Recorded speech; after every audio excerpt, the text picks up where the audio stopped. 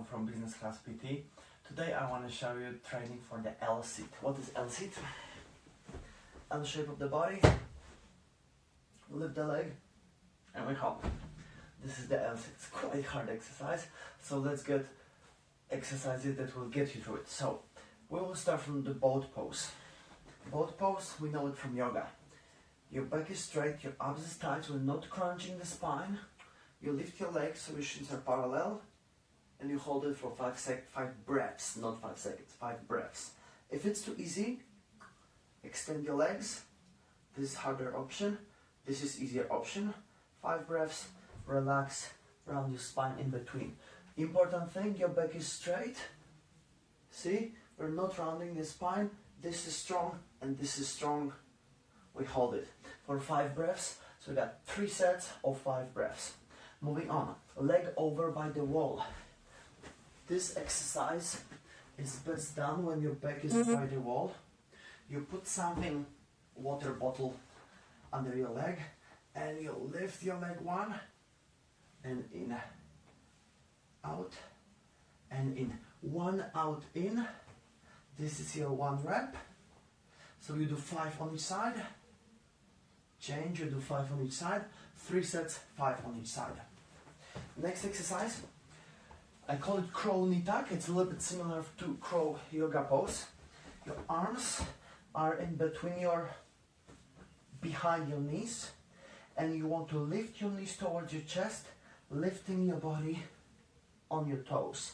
So your toes are on the floor, you're crunching, you're lifting your, spreading your shoulder blades, lifting your legs towards the chest.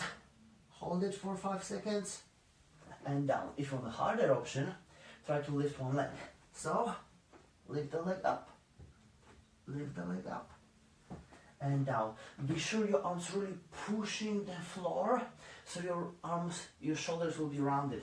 So you really want to squeeze your arms, lift your knees first, pushing away from the floor using your toes, and lift the leg, or lift both, if you can. So we got 5 times as well, so 5 reps is your 1 set, 3 sets, 5 reps in total. Number 4 is half L sit. So we go exactly in the position that we want to get. Your arms need to be between your hips and your knees. Here, again, we are really a little bit rounding spine to really tense the abs, and we lift the hips. We push through the arms, and we relax down. If you want a harder option, lift yourself up, and try to lift 1 leg, other leg, and then down. So this is almost going to the L sit. So of course later on we will try to lift. Maybe you already can lift yourself up, just for a second, up, which is still good, but you want to hold this position for longer. So even if you're just on the beginning, round your shoulders, tense your abs, lift yourself off the floor, just your hips, and down. So we got 3 seconds here, 5 sets, 3 seconds. Last exercise, we got leg raises. This is one and only exercise we do more reps. If you want to protect your back a little bit more, take your arms under your butt, lift your legs up. You can keep your head down, or you can squeeze your chin towards the chest, and we're going down, up, up. So we're strengthening the thighs, hip flexors, and lower abs. The point is, your lower back must be on the floor. So first start from the top, squeeze your abs so you're pushing your spine to the floor, and up, we go down. If you want a harder option, keep your head on the floor, which is harder. You really need to tense your abs to not lift it off the floor. And the last option, you don't need to use your arms. So I mean, you don't put it under your hips, you keep it outside, head on the floor, tense your abs, up.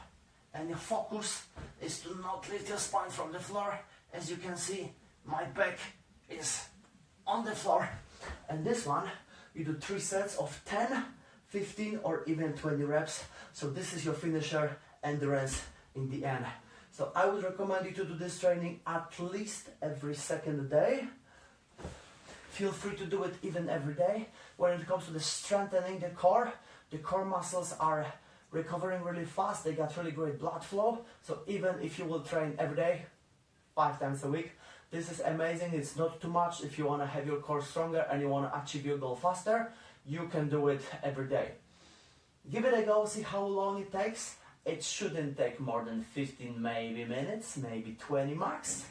But we are doing only 5 reps, 3 sets of 5 reps in each, part of the last one. So it's really short training, it should be intensive, but it shouldn't last long. Give it a go. I'm adding a few seconds at the end, but actually this should be at the beginning. Remember to warm up your wrists. So take half a minute to really round your wrists in both directions, because they are loading hard both in the L-sit and the crow pose. So those movements, and clasp your hand and just roll it from side to side, at least 10 reps each side, and then go to the really great warm-up when we're doing in a tabletop position, when your fingers are at the front and you're loading your wrists gradually by shifting your body forward and getting back.